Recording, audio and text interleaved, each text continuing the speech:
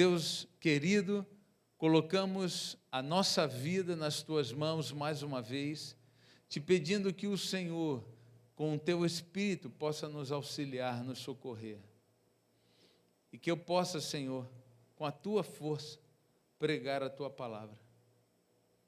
Por favor, Deus, abençoa cada pessoa que está nos acompanhando.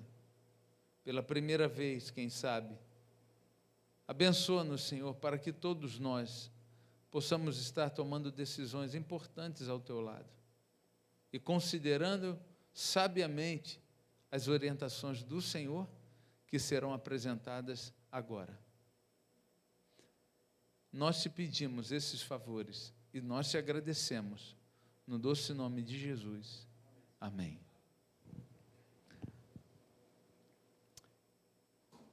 Eu vou compartilhar com vocês uma tela, ok? Exílio 2. Exílio 2. Das últimas 2 vezes que eu estive falando aqui, confesso para vocês que a minha preocupação, ela tem uma relação direta com pastoreio, e pastoreio significa uma liderança, não apenas do pastor, mas de uma liderança que existe por conta de atender bem o rebanho de Deus que se chama igreja. Se você parar para pensar, desde o dia que você tomou uma decisão ao lado de Jesus, você não pode contar a sua história com Jesus sem contar a sua história com Jesus e a igreja. Todas as vezes que você for falar de Jesus, da sua experiência com Jesus, você vai falar da sua experiência de Jesus e a igreja. Todas as vezes que você falar sobre a igreja, você vai falar sobre a experiência sua com a igreja e a sua experiência com Jesus. Não dá para a gente desassociar as duas coisas, Jesus e a igreja. Não há uma dicotomia nisso. Jesus e a igreja sempre estarão unidos. É bem verdade que nós estamos passando por um momento ruim, difícil, já há 6 meses, 7 meses, nós estamos vivendo essa situação, e a gente acabou se distanciando uns dos outros, acabamos nos distanciando de lugares, acabamos nos distanciando da igreja. Ninguém está acusando você de ter tomado essa decisão. Não, as circunstâncias nos forçaram a essa situação. Mas eu e você não imaginávamos que isso fosse tão longe. E eu não estou falando aqui hoje porque terminamos essa situação e aí temos que reverter as coisas. Não, eu não sei, eu não posso te garantir quanto tempo mais a gente vai viver assim. Mas não vai ser amanhã, não é hoje. E quando a gente começa a fazer uma mesma coisa, por uma quantidade maior de tempo do que aquele que é o tempo casual, a gente pode gerar um hábito. Hábitos positivos, hábitos negativos, coisas que começam agora a tomar o nosso tempo, o nosso interesse, a nossa vontade. A gente gosta de fazer essa determinada coisa que acabou virando um hábito na nossa vida. Esse título que vocês estão vendo aí, ele tem todo um contexto por conta desses episódios marcantes da história do povo de Deus ao longo do período do Velho Testamento. Eu estou passando aqui a próxima imagem. E esse exílio, ele não se deu uma única vez, mas nações se levantaram contra o povo de Deus e tiraram o povo de Deus da sua terra e os levaram para um outro lugar. E ali eles viviam de uma forma totalmente diferente daquela que Deus havia programado para eles. E aí você encontra o livro do profeta Ageu, você encontra o livro do profeta Ezequiel, você encontra o livro de Jeremias, você encontra o livro de Lamentações de Jeremias, você encontra também no livro de Esdras, você encontra relatos que mostram esse período da história, que foi um período assim, muito ruim, muito difícil para o povo de Deus, por conta de suas escolhas, por conta de suas renúncias, por conta da sua má vontade, do coração duro. Eles começaram a viver essas coisas. E a gente viu isso. Babilônia, gente, ela se levantou contra Jerusalém, a capital do povo de Deus. Nos anos de 609, 597 e, por fim, em 586, antes de Cristo. Essa foi a última invasão de Babilônia a Jerusalém. E de todas as vezes, Babilônia chegava naquele lugar, ia tirando coisas deles, ia tirando não apenas as coisas deles, iam tirando pessoas importantes daquele lugar, líderes daquele lugar, estruturas humanas, estruturas religiosas, estruturas físicas, ia tirando deles o humor, a paciência, a esperança, a segurança. Todas as vezes que Babilônia se levantava contra eles, eles sofriam isso. Deus já havia falado para eles. Essas invasões, elas foram trazendo caos para a cidade e os seus habitantes. No livro do profeta Jeremias, especificamente Lamentações de Jeremias, eu queria que você fosse lá comigo agora, abra aí a Bíblia no livro do profeta Jeremias, mas no livro de Lamentações, no livro de Lamentações,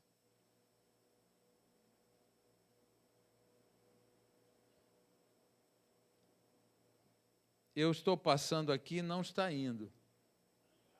Está ligado? Vamos ver. Ok. Lamentações. Olha o capítulo 1. Olha o capítulo 1. Eu vou citar alguns versículos para a gente perceber aqui a situação que vivia aqueles que ainda haviam permanecido em Jerusalém por conta dessas invasões de Babilônia. Verso 1 do capítulo 1. Como já solitária a cidade outrora populosa, tornou-se como viúva, a que foi grande entre as nações, princesa entre as províncias. Ficou sujeita a trabalhos forçados. Verso 3. Judá foi levado ao exílio, afligido e sob grande servidão. Verso 4. Os caminhos de Sião estão de luto, porque não há quem venha à reunião solene. Não tinha quem fosse à igreja. Todas as suas portas estão desoladas. Os seus sacerdotes gemem, porque não há congregação. As suas virgens estão tristes, e ela mesma se acha em amargura. Jerusalém, na descrição do profeta. No verso 11, todo o seu povo anda gemendo à procura de pão. Tiraram tudo deles. Eles estão sofrendo, eles estão com fome. Deram eles as suas coisas mais estimadas a troco de mantimento para restaurar as forças. Vê, Senhor, e contempla. Capítulo 2. Eu estou pensando alguns versículos aqui para que a gente possa entender o caos causado por Babilônia ali na cidade de Jerusalém e ao povo de Deus. No capítulo 2, verso 6, demoliu com violência o seu tabernáculo. A igreja não ficou de pé, não foi poupada. Como se fosse uma horta, folhas. Destruiu o lugar da sua congregação. O Senhor em Sião pôs em esquecimento as festas e o sábado, e na indignação da sua ira, rejeitou com desprezo o rei e o sacerdote. As consequências. A igreja está sendo abalada. No capítulo 4, um outro versículo que me chama muito a atenção, verso 4 do capítulo 4, a língua da criança que mama fica pegada pela sede ao céu da boca. Imagina isso. Falta pão, falta alimento, falta água. As crianças estão morrendo de sede. Como se não bastasse, olha o verso 9 e o verso 10. Mas felizes foram as vítimas da espada, aqueles que haviam morrido, do que as vítimas da fome, porque estas se definham atingidas mortalmente pela falta do produto dos campos. E as mãos das mulheres, outroras compassivas, as mães começaram a cozinhar seus próprios filhos, estes lhes serviram de alimento na destruição da filha do meu povo Jerusalém. Ei, não dá vontade de você chorar com isso? A gente está falando de um momento em que o povo de Deus está passando uma situação extremamente difícil. Eles estão perdendo o controle das suas emoções. Eles estão perdendo o controle da razão. Eles estão tendo coragem, por causa da tamanha fome, de sacrificar os seus próprios filhos ou comer aqueles que já morreram. Esse é o povo de Deus que está passando por isso. Destruíram completamente a igreja, como se fosse uma folha arrastada pelo vento. Eles estão sem nada, os que sobraram ali naquele lugar. No capítulo 5, verso 15 e verso 16, diz assim: cessou o júbilo de nosso coração, converteu-se em lamentações a nossa dança, caiu a coroa da nossa cabeça. Ai de nós. Por quê? Pecamos. Eles chegam à conclusão de que eles estão sofrendo consequências de uma vida, de uma relação ruim com Deus. A situação não é boa, gente. A situação não é boa. Eu não sei se você consegue mergulhar aí nesse contexto, mas a situação ela é extremamente ruim para o povo de Deus. E é inevitável para mim fazer com você uma associação de que o problema é um problema espiritual. E decorrente a esse problema começam a acontecer um monte de coisas. E por conta desses problemas espirituais e da decorrência dessas sucessivas invasões, a igreja, objeto de culto, o lugar onde Deus se manifestava, onde eles levavam as suas ofertas, onde eles, aqui a expressão, cessaram as nossas danças, é uma expressão que caracteriza o movimento de culto ali naquele contexto. Então cessou tudo. Os sacerdotes estão gemendo, eles não têm quem receber, as igrejas estão vazias, destruídas, eles estão passando por toda essa situação.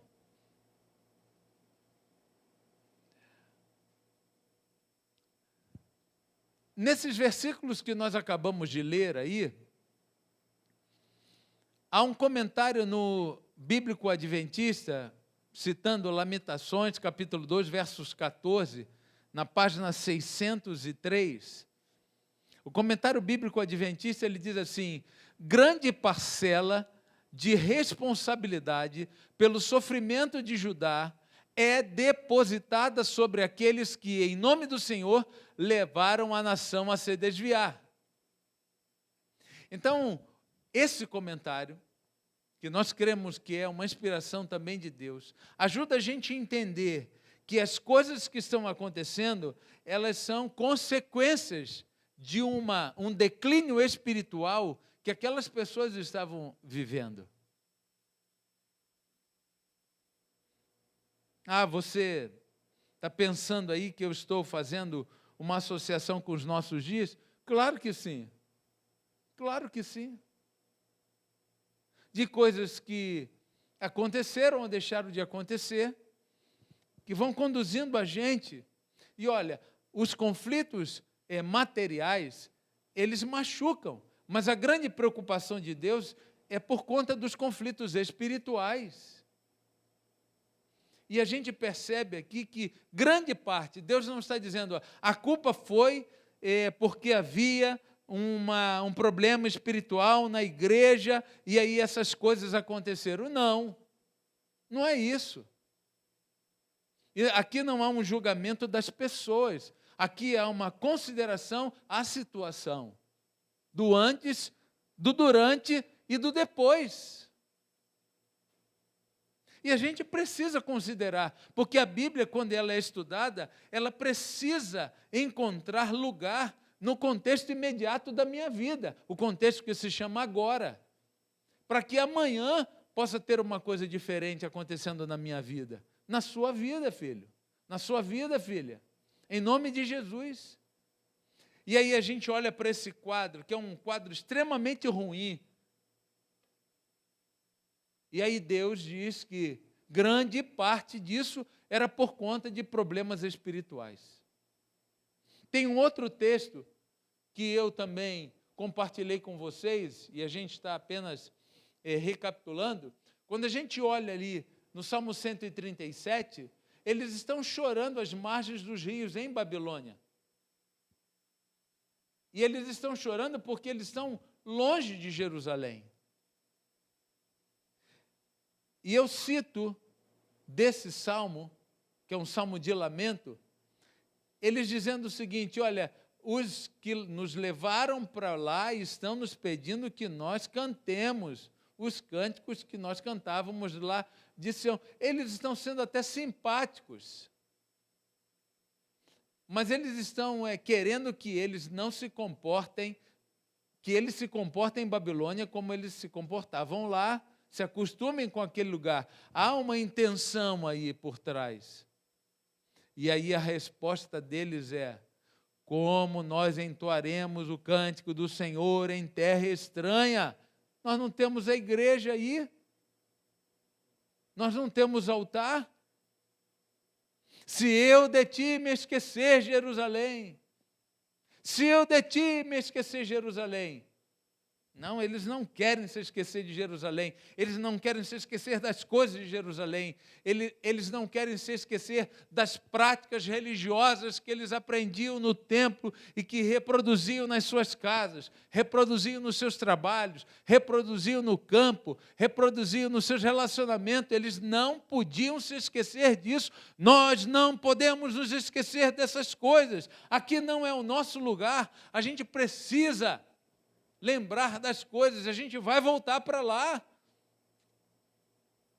Essa é uma declaração muito importante a ser considerada, e ela é verdadeira, mas até quando ela continuou verdadeira?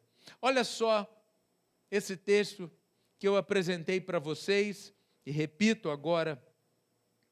Nos primeiros momentos, os exilados entraram em profundo desespero.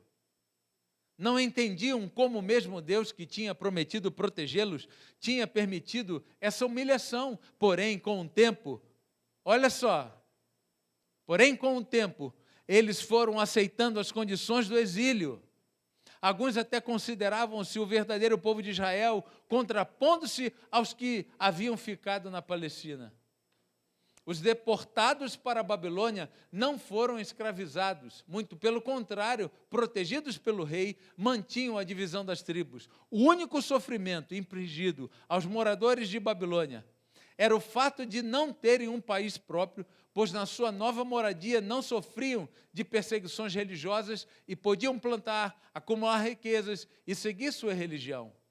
Com o tempo e a prosperidade, o anseio de voltar para a Palestina diminuiu, para muitos zerou. Muitos judeus foram se afastando de sua fé original, se distanciando de Deus e se assimilando ali naquele lugar. Gente, nós precisamos mentalmente construir esse quadro, fazendo um paralelo, e eu estou dizendo isso, é verdade, a minha intenção é essa, fazer um paralelo dos dias que nós estamos vivendo.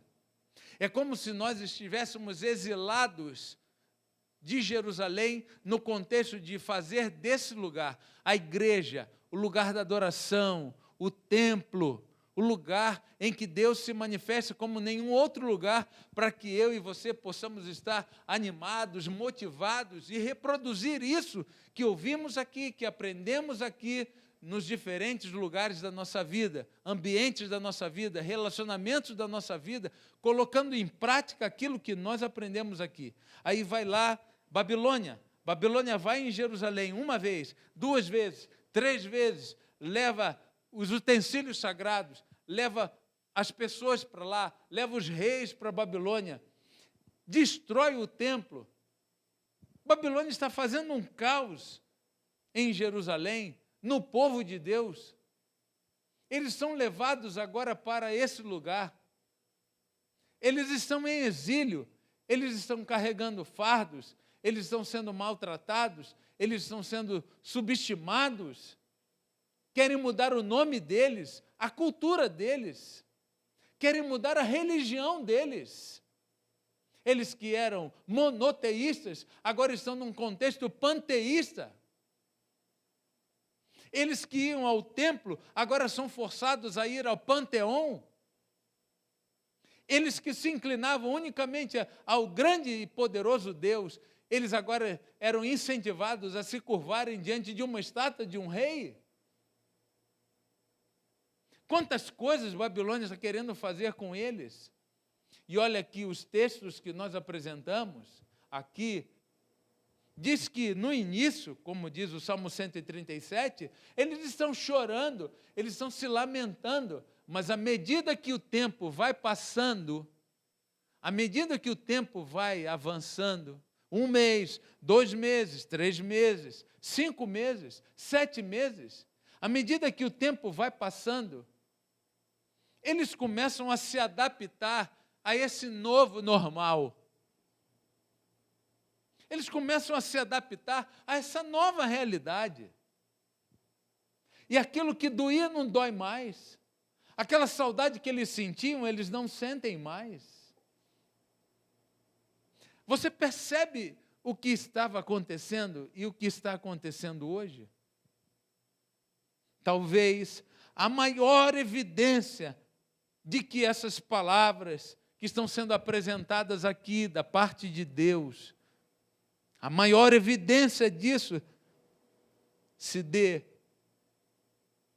quando eu me debruço sobre mim mesmo, quando você se debruça sobre si mesmo, para observar os campos, as avenidas, os espaços da nossa própria vida. Isso é sério, igreja. Isso é sério, igreja. A repetição sucessiva de uma mesma coisa gera um hábito. A permanência, a distância, faz com que algumas coisas se percam.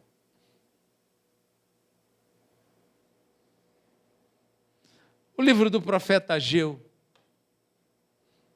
O profeta Ageu, esse nome, significa festivo. Provavelmente Ageu ele tenha nascido em Babilônia.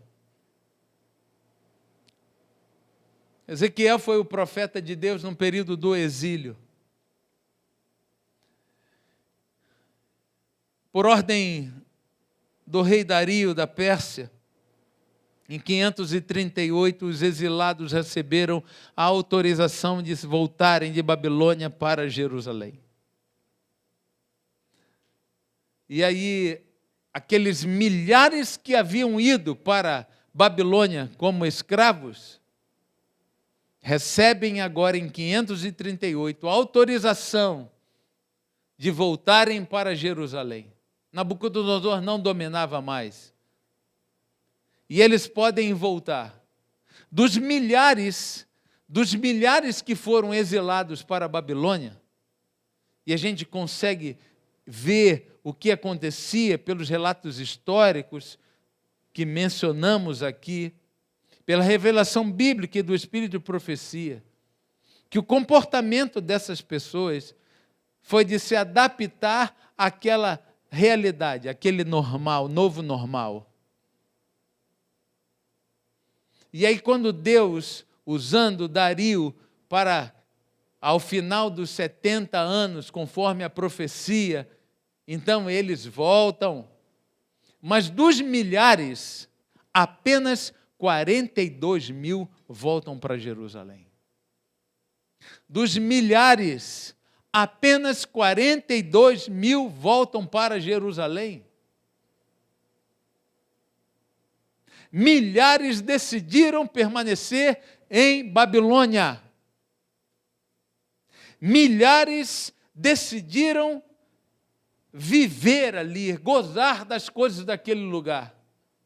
Milhares se adaptaram à religião, à cultura. Milhares tiveram o seu nome mudado. Milhares tiveram a sua religião mudada. Milhares não quiseram voltar para casa. E voltar para Jerusalém, gente, tem uma profunda relação com a adoração, tem uma profunda relação com a igreja. O profeta Ageu, ele aparece aí nesse contexto, e eu queria que você fosse comigo lá no livro do profeta Ageu agora, que é o profeta que Deus quer usar para falar mais uma vez para nós, hoje, em nome de Jesus. O profeta Ageu, ele está sendo chamado por Deus 17 anos depois do exílio, quando eles saem do exílio, 17 anos depois. 20 anos já haviam, 17 e agora mais 20 anos se passam, então um total de 37 anos. Porque logo que eles chegaram ali naquele lugar, a terra prometida por Deus, houve uma confusão lá entre os samaritanos, que se estende ao longo do Novo Testamento, que impediu que eles estivessem envolvidos novamente também com as coisas de Deus. Mas o fato é que esses 42 mil, eles estão ali em Jerusalém, e essa possibilidade de voltar, como nós estamos oferecendo a você, e como deve ser, e como é necessário, e como é urgente, essa possibilidade de voltar, e ao longo desse caminho, né, dessa trajetória aí, desse tempo, fazer reflexões, estabelecer prioridades, saber realmente o que eu quero, onde eu vou, por que eu vou. Imagine eles voltando para casa. Tem que estabelecer prioridades. E aí Deus vai e chama Ageu. Assim, Ageu, eu preciso de você. Porque as coisas não estão acontecendo como deveriam acontecer. E eu amo tanto esse povo. Eu amo tanto essas pessoas. Que eu preciso ajudá-los através de você. Como Deus está querendo nos ajudar agora. E aí Deus, usando o profeta Ageu, no capítulo 1, verso 2, diz assim: assim fala o Senhor dos Exércitos. É Deus que está falando. E esse povo diz: não veio ainda o tempo em que a casa do Senhor deve ser edificada. É o povo que diz isso. Deus se manifesta, mas a resposta deles é: não é o tempo. Existem outras coisas que precisam acontecer antes disso. Não é o tempo. A gente precisa se preocupar agora com as nossas coisas.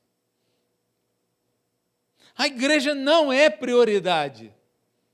Essa é a declaração deles. E aí Deus, o que Deus vai fazer para salvar esse povo? Deus continua insistindo.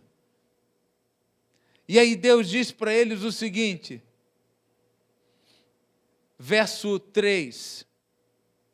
Veio, pois, a palavra do Senhor mediante essa posição, essa resposta deles, por intermédio do profeta, dizendo: ei, filhos, acaso é tempo de habitardes vós em casas apaneladas, enquanto esta casa permanece em ruínas?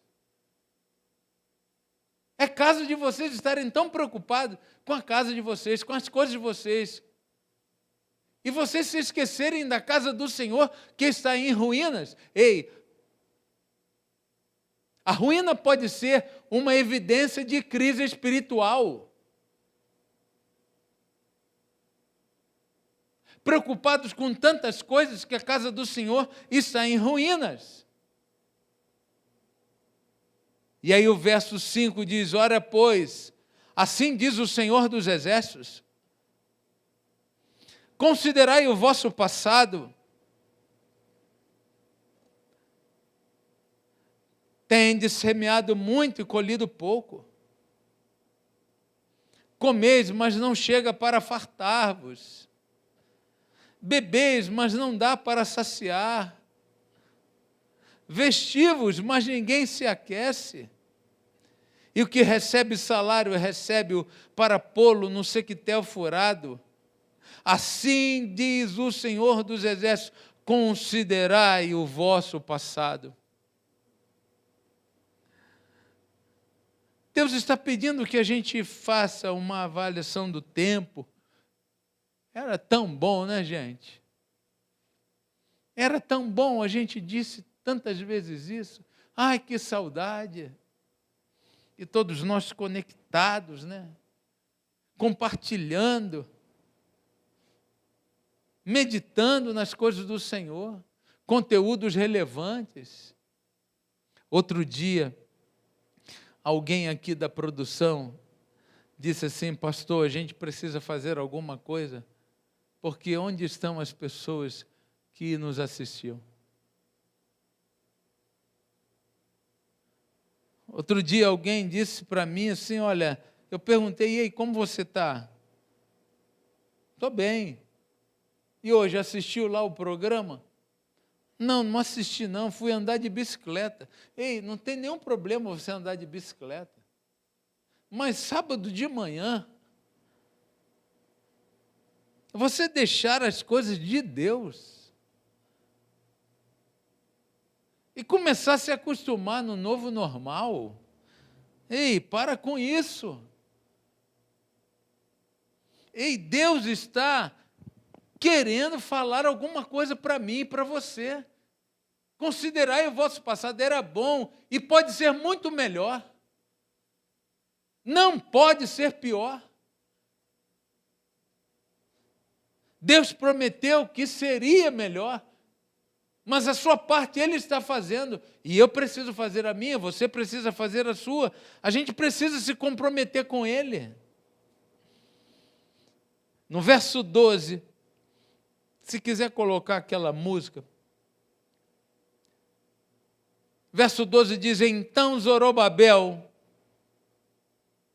filho de Salatiel, e José, filho de Josadaque, o sumo sacerdote e todo o resto do povo atenderam a voz do Senhor seu Deus e as palavras do profeta Ageu, as quais o Senhor seu Deus o tinham mandado dizer, e o povo temeu diante do Senhor. Então Ageu, o enviado do Senhor, falou ao povo segundo a mensagem do Senhor, dizendo: eu sou convosco, diz o Senhor.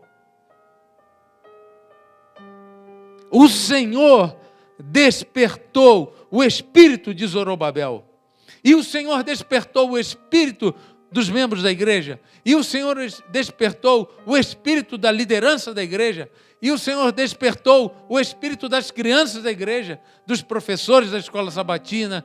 Deus despertou as famílias, Deus despertou, porque eles estavam equivocados, eles estavam se desgastando em coisas materiais, e a casa do Senhor deveria ser prioridade, as coisas do Senhor deveriam ser prioridade para eles, mas houve um despertamento, e se aconteceu um despertamento lá, precisa acontecer um despertamento aqui, hoje, em nome de Jesus. Precisa haver um despertamento aí na sua casa. Precisa acontecer uma mudança. Babilônia não é o nosso lugar. Eles estão de volta, mas eles estão de volta ao quê? E a quem? Precisa haver uma reforma. E o Senhor, então, Ele promove isso. Os desigrejados precisam mudar. Os desigrejados precisam acordar. Os desigrejados, como nós, precisam mudar. Tem que haver uma mudança. Tem que haver um despertamento. Ei, considerem as circunstâncias. As dificuldades que estamos tendo para o retorno. Nós temos muitos motivos, mas cuidado com o fenômeno do hábito e dos hábitos ruins. As dificuldades, elas não podem ser de dentro para fora. As dificuldades de fora para dentro já são tamanhas. As dificuldades não podem ser de dentro para fora. Ei, pessoa desigrejada. Pessoas desigrejadas estão dizendo: Cristo sim, igreja não. Igreja é ser. Igreja não é ir. Eu sei disso. É melhor, muito melhor ser do que ir. Mas quem é, vai.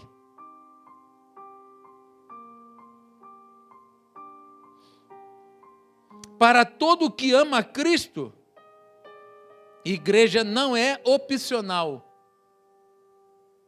Igreja é o corpo de Cristo, diz a palavra de Deus. Estar na igreja não é estar em Cristo. Mas quem está em Cristo, vai à igreja. A igreja não salva. Mas quem está em busca da salvação, vai à igreja. Algum tempo atrás, você sabe, faltou gasolina. As pessoas buscavam gasolina no lugar de gasolina. Algum tempo faltou comida. E as pessoas buscavam comida no lugar que tem comida. Algum tempo faltou água. Lá no Rio de Janeiro faltou água. E as pessoas buscavam água no lugar que tinha água. E quando encontravam, estocavam.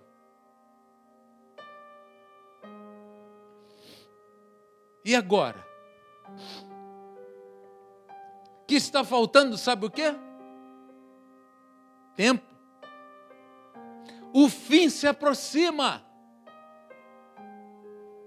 E o único lugar para se encontrar o que está faltando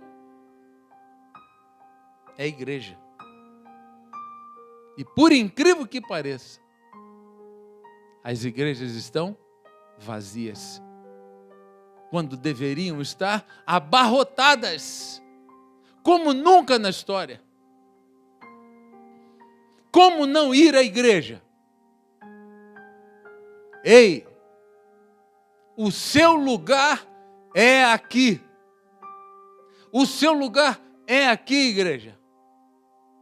Não tem nenhum outro lugar. Hebreus capítulo 10, verso 25, não abandonemos, como alguns estão fazendo, o costume de assistir às nossas reuniões. Pelo contrário, animemos uns aos outros, e ainda mais agora que vocês veem que o dia está chegando. Tem alguma dúvida de entender isso? Parece que isso foi escrito agora para nós. Deus investiu sua igreja de especial autoridade e poder, cuja desconsideração e desprezo ninguém se pode justificar, pois aquele que assim procede despreza a voz de Deus. A igreja sendo comparada à voz de Deus, não despreze Deus. Atos dos Apóstolos, página 164. Eu não sei se você consegue visualizar bem isso aí, mas você faz muita falta aqui. Sabe por quê? Porque aqui é o seu lugar. Igreja, aqui é o seu lugar. Babilônia não é o nosso lugar. Eu tenho aqui na minha Bíblia, que eu deixei, é um documento que eu preparei essa semana. Esse documento é uma procuração que eu precisei fazer a uma advogada lá do Rio de Janeiro, que vai me ajudar a resolver um problema. E me mandaram o modelo da procuração. Eu fui ao cartório, me sentei diante do tabelião. Ele preparou aquilo, eu assinei. O documento está assinado, registrado. É uma procuração, e eu estou dizendo aqui, eu, Reinaldo Coutinho Oliveira, brasileiro, pastor, RG, CPF, venho por meio desse instrumento particular de procuração nomear e constituir sua bastante procuradora. E por que eu não posso fazer isso com Jesus?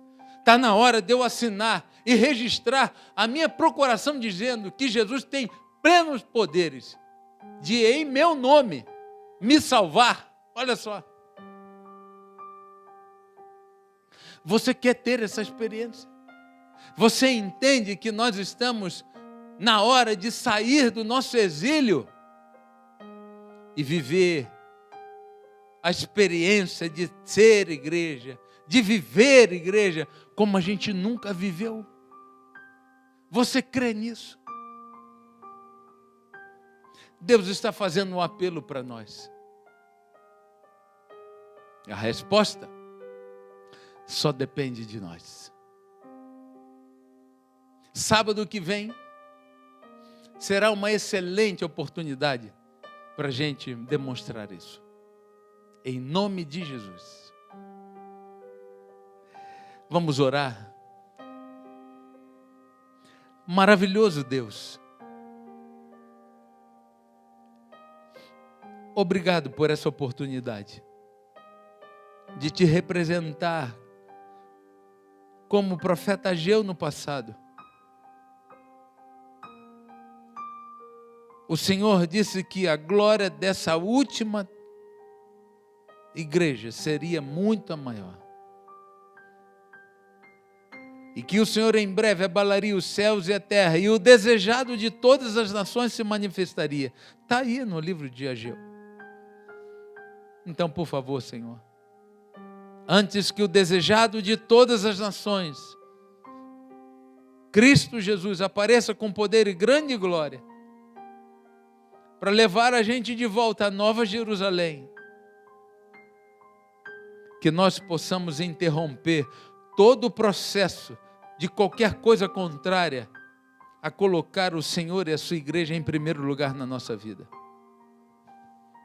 Por favor, Deus, que o teu Espírito que despertou a Zorobabel e todo aquele povo se manifeste poderosamente e nos desperte também para uma mudança aqui e agora. Por favor, Deus. Assinamos uma procuração. Ela é legítima. Ela está registrada. Toma conta da nossa vida, Jesus. E nos ajude a fazer o que nós não podemos fazer por nós mesmos. Nos salve, por favor. É o que nós te pedimos. E te agradecemos no nome de Jesus. Amém e amém.